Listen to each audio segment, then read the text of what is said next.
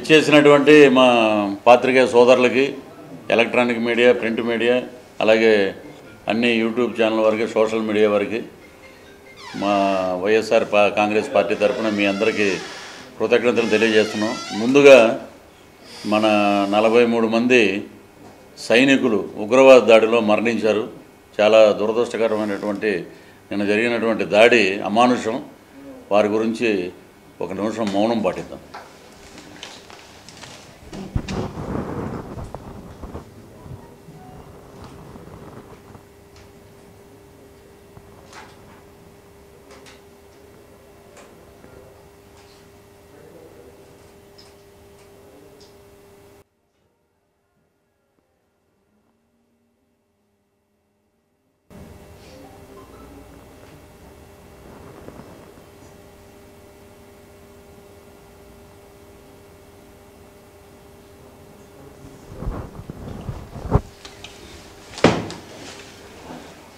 ఇది చాలా అమానుషం దాడి జరగడం. నిజంగా వారి ఆత్మలకు శాంతి చేకూరాలని, వారి కుటుంబ సభ్యులందరికీ ఆ భగవంతుడు మనోధైర్యాన్ని ఇవ్వాలని మనస్ఫూర్తిగా భారతదేశ ప్రజల తరపున, మన రాష్ట్ర ప్రజల తరపున మేమందరం వాళ్ళకి సానుభూతి తెలియజేస్తున్నాం.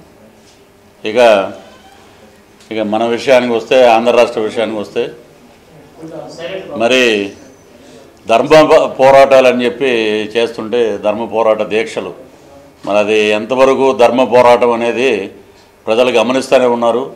ఎందుకంటే ప్రజాధనాన్ని దుర్వినియోగపరుస్తూ ఈ రోజున మీరు ఢిల్లీలో చేసిన దీక్షలు కానీ, మరి ఆంధ్ర రాష్ట్రంలో ఎక్కడ చేసిన దీక్షలు కానీ, ఒక్కటే నేను ప్రశ్నించదలుచుకున్నాను. 10 కోట్ల ప్రజాధనాన్ని మీరు నిర్వీర్యం చేసి, దుర్వినియోగం చేసి, మీరు ఢిల్లీలో ఒక ఇంచుమించు సుమారు 180 మందిని విమానాల్లో, అలాగే 5 స్టార్ హోటల్స్లో, మరి మిగతా కార్యకర్తలు 2 రైళ్ళు బోగీలు వేశారు, అలాగే తీసుకువెళ్ళారు. బ్రహ్మాండంగా అక్కడ ధర్మ పోరాటం అని చెప్పి చాలామందిని పోగేశారు. మరి ఎక్కడికైనా ఏ మీటింగ్లో అయినా, మీ మీటింగులకి ఏంటంటే నాయకులు వస్తారు, మా మీటింగ్కి ప్రజలు వస్తారు, మా కార్యకర్తలు వస్తారు, జనం వస్తారు. అది మీరు తెలుసుకోమని చెప్పి సందర్భంగా మీకు తెలియజేస్తున్నాం.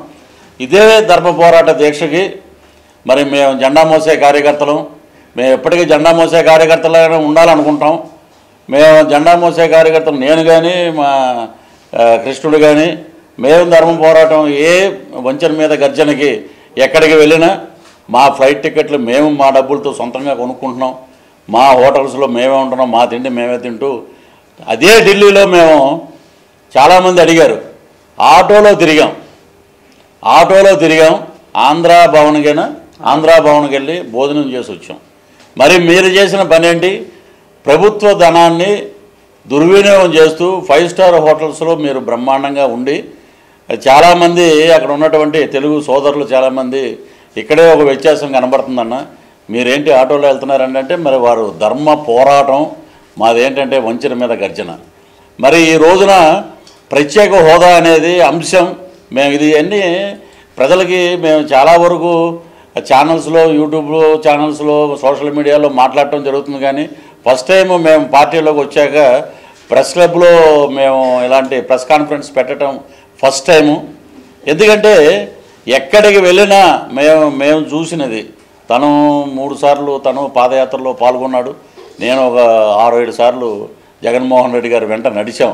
ఆయన ఒకటే అన్నారన్నమాట, లక్షలాది జనం నా వెంట నడవమని, అడుగులో అడుగు వేసుకుని రమ్మనమని ఏ రోజు మా నాయకుడు ఎవరిని కోరలేదు, అడగలేదు. కానీ ఈ రోజున జనం ఎందుకు వస్తున్నారంటే ప్రభుత్వ వైఫల్యాలని చెప్పేది ఖచ్చితంగా చెప్పగలుగుతాం. మరి మండుటెండలో 175వ రోజు పాదయాత్ర అప్పుడు నేను ఆయన్ని కలవటం జరిగింది. ఫస్ట్ టైం నేను పాదయాత్రలో రోహిణి కార్తె అప్పుడు 46 డిగ్రీల ఎండ వేడిములో ఆయన ఉదయం 6:45కే బయలుదేరి నడుస్తూ 100 మీటర్లకు ఒకసారి ప్రజల్ని కలవటం, ఆ గ్రామాల్లోని మహిళలను కలవటం, యువకులను కలవటం, మరి వృద్ధులు కానీ, వికలాంగులు కానీ, రైతు సోదరులు కానీ, డ్వాక్రా మహిళ గ్రూపులకు చెందినటువంటి మా మహిళలు కానీ ఫీజు రియంబర్స్ గురించి మాట్లాడటం, అలాగే రైతుల యొక్క కష్టాల గురించి కానీ, అలాగే ఈ రాష్ట్రంలో జరుగుతున్న అన్యాయాల మీద, అవినీతి మీద మరి ఎక్కడికి వెళ్ళినా నిలదీస్తున్నారు ఈరోజు ప్రజలు ప్రభుత్వాన్ని. మరి ఇవన్నీ మరి వీరికి కనపట్టలేదు. వీరు ఒకటే మాట అంటున్నారు, ఎప్పుడు మేము నీతి నిజాయితీ అంటారు, నీతి నిజాయితీ చక్రం తిప్పుతున్నాం అంటారు. చక్రం తిప్పారు. ఖమ్మం నుంచి మన కూకట్పల్లి వరకు బ్రహ్మాండంగా చక్రం తిరిగింది. ఏ రకంగా చక్రం ఎన్ని ముక్కలైందో మరి ప్రజలందరూ గమనిస్తూనే ఉన్నారు. నేను ఒకటే చెప్తున్నాను ఏంటంటే, ఇన్ని రకాలుగా ఒక కోవర్టులు, ఒక మన కేఏ పాల్ గారు కానివ్వండి, అలాగే మన ఈయన చలసాని శ్రీనివాస్ గారు, ఆయన మొన్నటి వరకు ఆయన కూడా నేను ఒక బ్రహ్మాండంగా ఆంధ్ర రాష్ట్ర హక్కుల కోసం పోరాడుతుంటాం. మరి ఈరోజు నువ్వు మాట్లాడే తీరేంటి? అలాగే మహానటుడు మనకి జమినీ గణేషన్ గారు ఉండేవారు. ఇప్పుడు ఆ కోవలో ఆయనతో పోల్చడం కూడా తప్పే. ఒక నటుడు శివాజీ గారు అని ఒక ఆయన వచ్చి ఆయన మాట్లాడతాడు.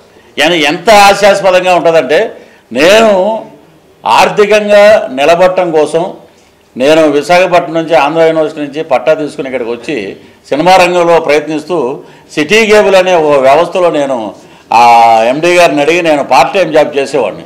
నా ఫస్ట్ అసైన్మెంటే అప్పుడు రామారావు గారు వ్యాన్ తీసుకుని చైతన్య రథం, ఆ వ్యాన్ పైన ఆయన నిలబడి లక్ష్మీ పార్వతి గారు, అలాగే అల్లాడి రాజకుమార్ గారు అని ఎంపీ గారు ఉండేవారు. వైస్రాయ్ హోటల్, చాలామందికి హైదరాబాద్ భౌగోళిక పరిస్థితులు తెలుసు. వైస్రాయ్ హోటల్ పక్కన వ్యాన్ నిలబడితే వైస్రాయ్ హోటల్ ఎదురుగుండా కనపడితే అక్కడి నుంచి చెప్పులు చూపించారు, ప్లే కార్డులు పట్టుకున్నారు, గోబ్యాక్ రామారావు గారు అన్నారు. ఇవన్నీ నేను కవర్ చేశానండి. అప్పుడు ఒక పాత్రికేయుడిగా నేను కవర్ చేశాను. ఇప్పుడు ఉన్న జర్నలిజం ఉన్నటువంటి మిత్రులకి ఏనాడు నేను చెప్పలేదు ఈ మాట. నేను కవర్ చేశాను ఇవన్నీ. కవర్ చేస్తే అప్పుడు నీ ఏజెంట్ ఆ రోజు చూసాం. ఈయన ఏమంటాడంటే, నేను ప్రత్యక్షంగా చూశానండి, ఆ రోజు ఏం జరగలేదండి, ఎవరో చెప్పులు చూపించలేదంటారు. ఇదే సభాముఖంగా మీడియా సాక్షిగా నేను ఒక మాట అడగదలుచుకున్నాను. ఆ వేదిక మీదుగా ఆయన పిలుద్దాం, ఆయన అప్పుడు ఎక్కడున్నారో తెలుస్తుంది. ఇలాగా లేనిపోని అబద్ధాలు, లేనిపోని అభూత కల్పనలు, ఇవన్నీ చేసిన వాళ్ళందరినీ ఆ ధర్మ పోరాట దీక్ష మీద పెట్టుకుని ఒక ఆమె పేరు చెప్పడం కూడా ఏంటంటే మోడీ తాత అంటది. నాకేమనిపించిందంటే,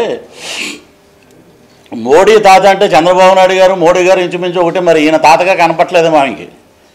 దివ్యవాణి గారికి మోడీ తాత అన్నప్పుడు మరి చంద్రబాబు గారు కూడా నీకు తాతలా కనపడాలి. మరి నువ్వేదో ఇచ్చిన స్క్రిప్ట్ పట్టుకుని ఈ రోజున రాష్ట్రంలో నువ్వు అవాకు చవాకులు మాట్లాడుతూ ఏది పడితే అది మాట్లాడుతున్నావు. ఇన్ని రోజులు నువ్వు ఎక్కడున్నావో ఎవరికి తెలియదు, ఎటు పోయావో ఎవరికి తెలియదు. నీకేదో మా రోజా గారు మా సిస్టర్ మీద మాట్లాడమని చెప్పి 4 డైలాగులు రాసిస్తే ఆ డైలాగులు నువ్వు బట్టి నువ్వు డైరెక్ట్గా వచ్చేసేసి బాపు గారు బొమ్మ అని మేము పిలుచుకునే వాళ్ళం. మరి అది కూడా తప్పు అనిపిస్తుంది ఈ రోజున నువ్వు బాపు గారు బొమ్మ కాదమ్మా, చంద్రబాబు గారు బొమ్మ. ఎటుకి ఇస్తే అటు మాట్లాడుతున్నావు నువ్వు.